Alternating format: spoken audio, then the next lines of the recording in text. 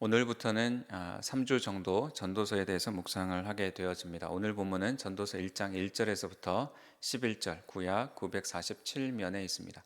전도서 1장 1절에서부터 11절 말씀입니다. 다윗의 아들 예루살렘 왕 전도자의 말씀이라. 전도자가 이르되 헛되고 헛되며 헛되고 헛되니 모든 것이 헛되도다. 해 아래서 수고하는 모든 수고가 사람에게 무엇이 유익한가? 한 세대는 가고 한 세대는 오되 땅은 영원히 있도다. 해는 뜨고 해는 지되 그 떴던 곳으로 빨리 돌아가고 바람은 남으로 불다가 북으로 돌아가며 이리 돌며 저리 돌아 바람은 그 불던 곳으로 돌아가고 모든 강물은 다 바다로 흐르되 바다를 채우지 못하며 강물은 어느 곳으로 흐르든지 그리로 연하여 흐르느니라.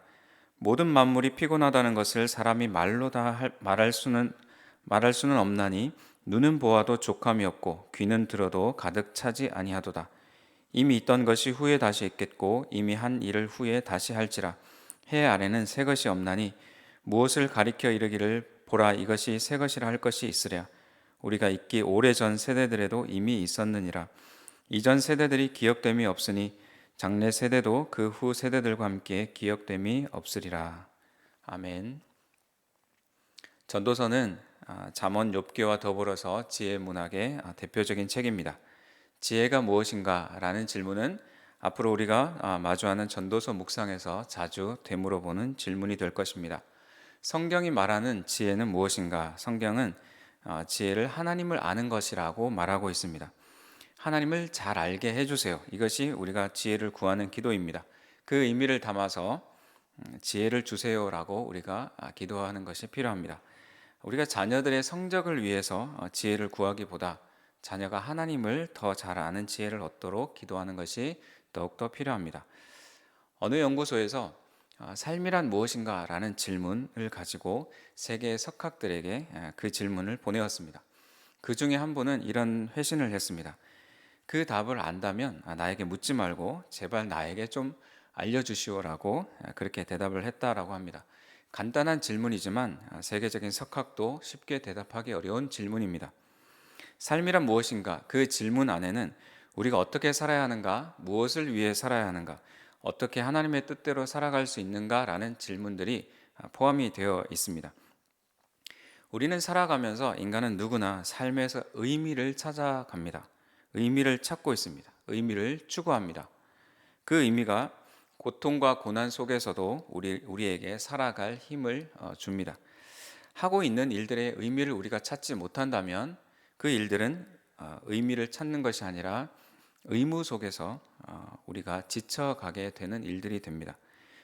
그러니 피곤함이 또 더욱더 말할 수 없게 쌓여지게 되는 것이죠. 자, 의미를 찾는 중요하고 가치 있는 질문을 놓고 출발해 보려고 하는데 전도서는 시작부터 헛되다라고 말하고 있습니다. 모든 것이 헛되다라고 말합니다. 그런데 전도서를 묵상하면서 우리가 허무주의를 생각하면서 나아갈 것이 아니라 우리가 끝부분의 결론을 기억하면서 출발해 볼 필요가 있습니다. 12장 13절은 이렇게 말합니다. 일의 결국을 다 들었으니 하나님을 경외하고 그의 명령들을 지킬지어다. 이것이 모든 사람의 본분이니라 라고 말합니다. 해 아래의 것은 모든 것이 헛되지만 삶의 의미는 해 위에 있는 하나님을 경외하고 그의 명령을 지키는 것에서 찾을 수가 있습니다. 전도서를 묵상하면서 성도님들의 삶의 큰 울림과 또 중심을 잡아줄 말씀을 붙잡을 수 있기를 간절히 기도합니다. 오늘 본문인 1절에서 11절까지를 세 부분으로 각각 살펴보면 첫 번째는 전도서의 저자에 대해서 1절에서 말하고 있습니다. 2절에서 4절은 인간의 유한함에 대해서, 인간의 유한성에 대해서 말하고 있고 5절에서 11절은 하나님의 영원함, 하나님의 영원성을 말씀하고 있습니다. 먼저 첫 번째로 전도서의 저자에 대해서 살펴봅니다. 전도서의 저자에 대해서는 약간의 논란이 있습니다. 그래도 전통적으로 솔로몬이 저자임을 인정하고 있습니다. 우리 교회 유튜브에 올라가 있는 성경 통독을 위한 영상 전도서 편을 보면 더 많은 이해들을 얻을 수가 있습니다.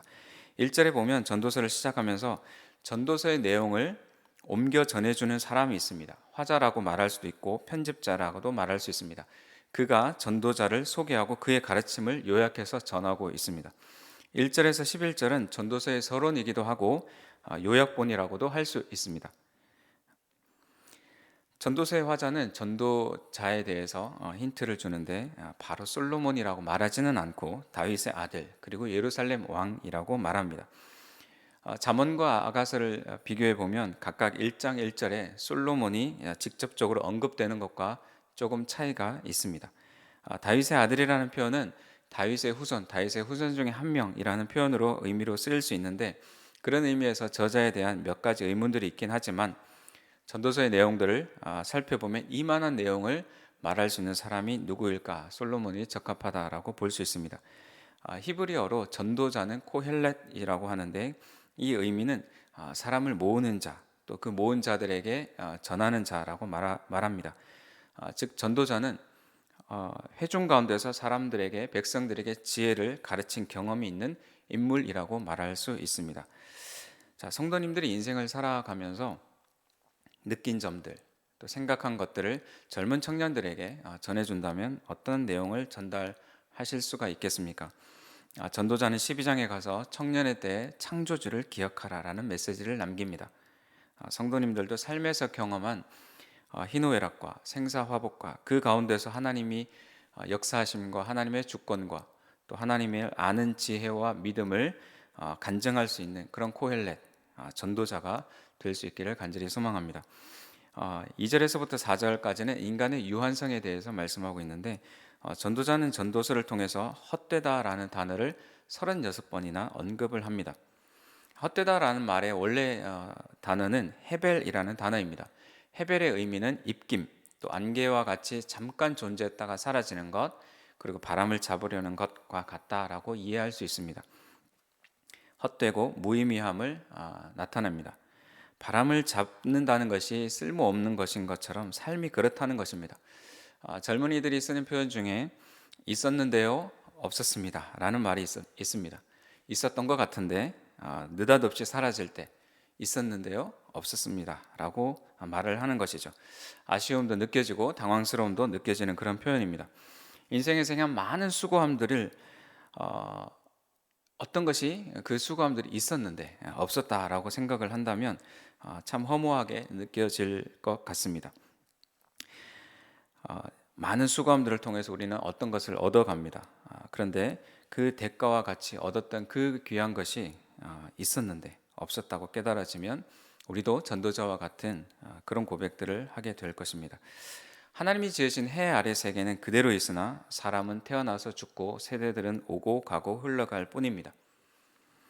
유한성을 모르고 인간의 유한성을 모르고 우리가 열심히 수고하면 그것은 바람을 잡는 것과 같이 헛될 뿐입니다.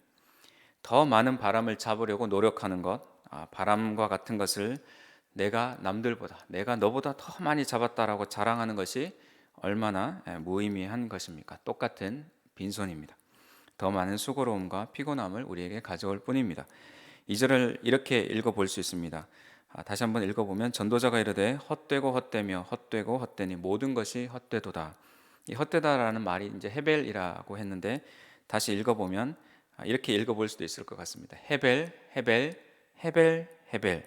모든 것이 헤벨. 자, 5번이나 한 절에서 반복되는 이 단어가 우리에게 주는 뉘앙스는 너무나 강력합니다. 보통 우리가 어떤 것을 강조할 때 2번, 3번 이렇게 반복할 수 있는데 5번이나 강조해서 말하고 있습니다. 자, 3절에서는 해 아래에서 수고하는 모든 수고가 사람에게 무엇이 유익한가라고 말합니다. 사람에게 이 수고하는 것들이 사람에게 어떤 유익이 있는가? 근데 여기서 유익이라는 것은 어떤 사사로운 어떤 개인적인 그런 유익이 아니라 오랫동안 기록이 되고 기억이 되고 또 변화를 줄 수 있는 그런 큰 유익을 말합니다. 그런데 하나님이 지으신 세상 속에서 변화를 일으키는 이 유한한 인간이 그 하나님의 창조 세계를 변화시킬 수 있는 것은 불가능합니다. 아무리 인간이 노력해도 하나님이 지으신 창조 세계를 우리는 잠시 머물다 갈 뿐입니다. 그런 뜻에서 사람의 수고가 유익함으로 남을 것이 없다라고 말을 하는 것이죠. 자, 바람을 잡으려는 수고로움으로 인생을 헛되이 헛걸음하지 않기를 소망합니다. 우리는 삶의 현실을 직시할 필요가 있습니다. 그 직시할 때 우리는 지혜를 얻을 수 있습니다. 모든 것이 헛되고 절망스럽고 그래서 우리가 낙담하자, 그것이 아니라 때로는 아프더라도 그 현실을 바로 바라보고 직시할 용기가 필요합니다. 그래야 우리의 생각, 우리의 세계관, 우리의 가치관이 바뀌어질 수 있습니다.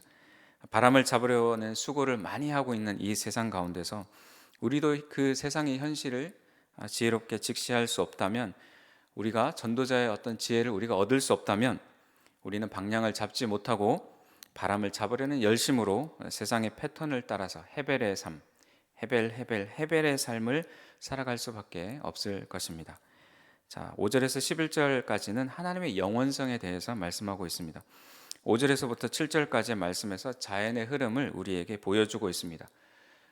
지구라는 생태계 안에서 반복되는 현상들을 잘 설명해 주고 있습니다. 이 패턴들이 반복되고 지루한 것 같이 보여도 그 반복이 만약에 깨어진다면 우리가 존재할 수 있을까? 어려운 질문입니다. 존재할 수가 없을 겁니다. 전도자는 8절에 모든 만물이 피곤하다는 것을 사람이 말로 다 말할 수 없나니라고 말합니다. 만물이 피곤하다라는 것은 쉴 새 없이 돌아가고 순환하는 것을 말합니다. 이것을 이제 피곤함으로 표현을 했지만, 이 피곤함이 없으면 하나님의 창조 세계가 돌아가지 않는다면 우리가 살아갈 수 없습니다. 끊임없이 연구해도 인간은 하나님의 창조 세계가 흘러가는 것을 다 말할 수 없습니다. 계속 반복되는 그 피곤함이 우리를 살아가게 합니다. 9절에 해 아래 새 것이 없다는 표현은 어떻게 보면 뭔가 새로운 것이 없어서 아쉬운 표현처럼 들리지만, 계속 연결해서 8절에서부터 살펴보듯이 하나님이 정하신 창조 이후의 패턴들이 새롭지 않고 변함없이 계속 반복된다라고 이해하면 그것이 우리에게 얼마나 다행인지 모릅니다. 하나님의 절대 주권이 세상을 움직이고 있고 유한한 인간은 그 패턴의 유의미한 변화를 만들어내지 못합니다. 솔로몬의 때나 지금이나 낮이 오고 밤이 가고, 밤이 가고 낮이 오는 그런 패턴들이 이어지고 태어남이 있고 죽음이 있습니다. 기술의 변화와 성장 이런 것을 따라서 잠시 사람들이 달라 보이는 것 같지만 사람의 죄성과 욕망은 여전히 변함이 없습니다. 하나님의 영원성을 거스르고 세상의 변화를 만들어낼 수 있는 유한한 존재인 그런 사람은 없습니다. 사람은 유한합니다. 전도자는 해 아래 인간의 삶의 유한함, 그 삶의 한계를 바라보라고 말하고 있습니다. 전 세계에서 이제 월드컵도 하고 있고 이 사람이 뉴스에 오르락 내리락 하는데 2,500조의 재산을 가지고 있는, 그래서 돈으로 모든 것을 할 수 있다라고 말하는, 그래서 별명이 미스터 에브리띵이라는 그 사우디아라비아의 빈살만 왕세자가 있습니다. 그러나 그렇게 많은 재산을 가지고 있다 하더라도 그에게도 여전히 한계가 있고 하나님의 창조 세계의 영원성에 변화를 줄 수가 없습니다. 자, 그러면 우리는 어떻게 살아가야 할까요? 이어지는 전도서 묵상에서 해 아래 헛된 세상에서 우리가 몸담고 있지만 헛되지 않게 살아가는 방법을 우리가 묵상 가운데서 간절히 찾아가기를 기도합니다. 해 위를 바라보는 것이 인생의 허무함을 없앨 수 있는 유일한 방법입니다. 이어지는 전도서 묵상 속에서 해 위를 바라보며 새로운 시각으로 삶의 의미를 찾아내고 살아갈 수 있는 모든 성도님들 되시기를 소망합니다. 기도하겠습니다. 하나님 아버지, 감사합니다. 대림절이 시작되면서 우리 인생의 헛됨, 허무함을 채워주시기 위해 이 땅에 오신 예수님을 더욱더 깊이 묵상하게 하옵소서. 해 아래 오고 가는 세대 속에서 바람을 잡으려는 수고로 인생을 채워가지 않고 해 위를 바라보며 지혜를 얻고 그 지혜대로 살아가는 인생이 되게 하옵소서. 우리가 인생을 끝까지 다 살아보지 않아도 말씀을 통해 깨달음을 얻는 겸손함을 주시고 전도자의 교훈을 마음에 깊이 새기게 하옵소서. 예수님의 이름으로 기도합니다. 아멘.